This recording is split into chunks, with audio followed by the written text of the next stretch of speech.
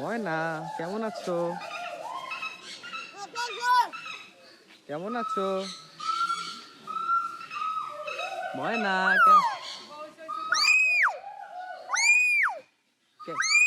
তোমার নাম কি? তোমার নাম?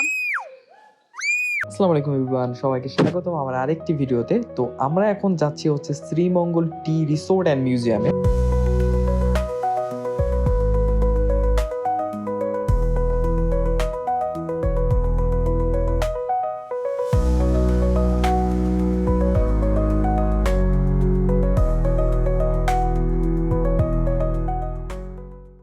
এই হচ্ছে শ্রীমঙ্গল টি রিসোর্ট অ্যান্ড মিউজিয়ামের মেইন গেট। তো আমরা এখন ভিতরে ঢুকবো। তো ভিতরে ঢোকার পর আমরা যখন উপরে যাইতেছিলাম তখন রাস্তাগুলো এত উঁচু উঁচু ছিল যে আমি নিজেও ভয় পেতেছিলাম। তো ড্রাইভারকে বারবার বলতেছিলাম যেন খুব সাবধানে উপরে যায়।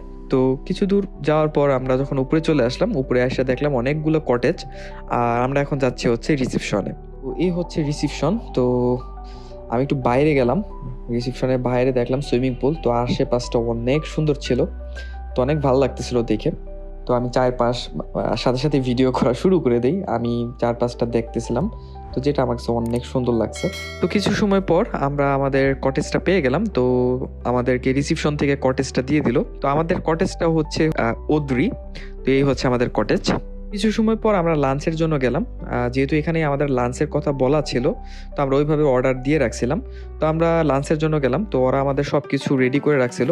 তো সব কিছু মিলে ওদের রান্না, ওদের সব কিছু আমার অনেক ভালো লাগছে এবং খাবার টেস্টটাও অনেক ভালো ছিল। আমরা লাঞ্চ শেষ করে কিছুক্ষণ রেস্ট নিয়ে আমরা গেলাম হচ্ছে বাংলাদেশ বন্যপ্রাণী সেবা ফাউন্ডেশনে। তো এটার ভিতরে কি আছে এখন আপনারা দেখবেন, চলেন ভিতরে যাওয়া যাক।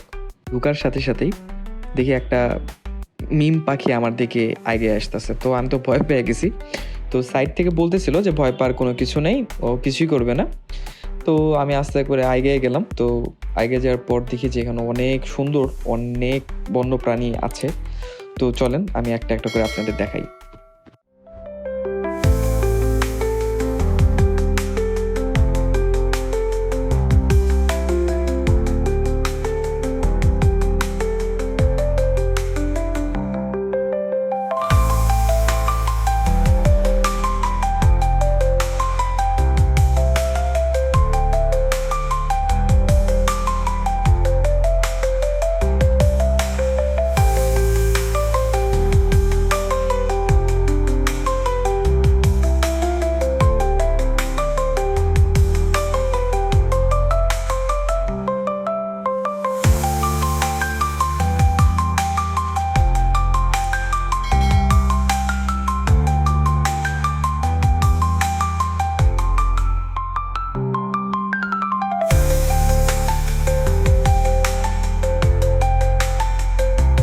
এখানে আমরা কিছুক্ষণ ঘোরাফেরা করার পর আমরা চিন্তা করলাম যে এখান থেকে আমরা চলে যাব হচ্ছে লাওয়াছড়া জাতীয় উদ্যানের ওখানে।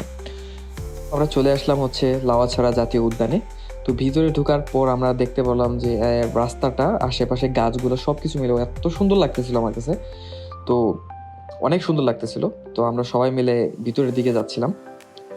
আমি এখন যে জায়গাতে দাঁড়ায় আছি, যে রেল স্টেশনের সামনে দাঁড়ায় আছি, আপনি কি জানেন যে এইখানেই Oscar Joyee movie around the world in 80 ডেজের মুভির রেল পথটা কিন্তু এটাই। এখানে আরেকটা বিষয় দেখেন, এই জায়গাটাতে হয়েছিল আমাদের হুমায়ুন আহমেদ স্যারের যে আমার আছে জলের যে শুটিংটা, এটাও কিন্তু এখানেই করা হয়েছিল।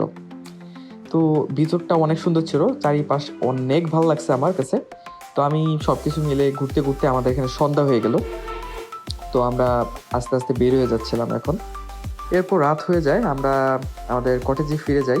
বাট যাওয়ার আগে আমরা যাই হচ্ছে জুসি মামার দোকানে, আর এখানে যেয়ে মাসালা চাটা ট্রাই করি। সো এদের মাসালা চাটা এত মজা ছিল।